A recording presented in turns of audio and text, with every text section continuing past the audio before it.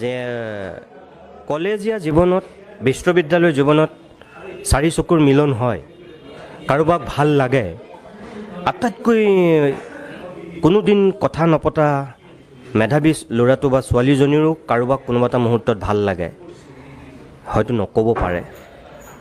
মই সেইসকল মানুহৰ প্ৰতি মই এটা আহ্বান জনাম যে প্ৰেম আৰু ভালপোৱা সদায় হ'ব লাগে, কিন্তু সেইটো সৃষ্টিৰ বাবে, কেতিয়াও ধ্বংসৰ বাবে হ'ব নালাগে। এইটো কিন্তু সকলোৱে মনত ৰখা উচিত।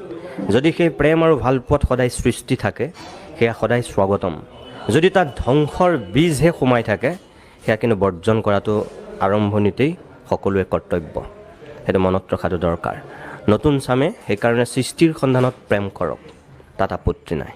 প্ৰেমৰ কথা সুধিছে, হয়, মোৰ জীৱনৰ তেওঁ বান্ধৱী আছিল কলেজীয়া জীৱনত, আৰু আমি একেলগে পঢ়া। সেই কলেজত যি প্ৰথম লগ পালোঁ, এতিয়ালৈকে একেলগে আছোঁ। আৰু প্ৰথমতে আমি খুব ভাল বন্ধু। বিশ্ববিদ্যালয় জীৱনত আমি সেই বন্ধুত্বই এটা উত্তৰণ ঘটাই সম্পৰ্কটো অলপ বেলেগ ধৰণে লৈ গ'লোঁ। আৰু বিশ্ববিদ্যালয় শেষ কৰাৰ পিছত আমি এটা ঘৰৰ বাসিন্দা হৈছোঁ দুয়ো। আৰু আজি মই আপোনাক গৌৰৱেৰে ক'ব পাৰোঁ যে মোৰ একমাত্ৰ ছোৱালীজনীৰ মাক মোৰ কলেজীয়া বান্ধৱী।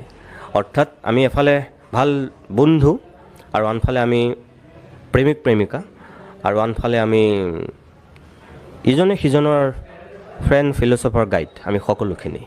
আৰু মই লাকি, মই জীৱনত তেওঁৰ নিচিনা এগৰাকী বান্ধৱী পালোঁ, আৰু পৰৱৰ্তী সময়ত মই জীৱন সংগী পাইছোঁ। বেলেগ ছোৱালী হোৱা হ'লে চাগে মোক কেতিয়াবা ডিভোৰ্চ দিলেহেঁতেন, আপুনিও জানে।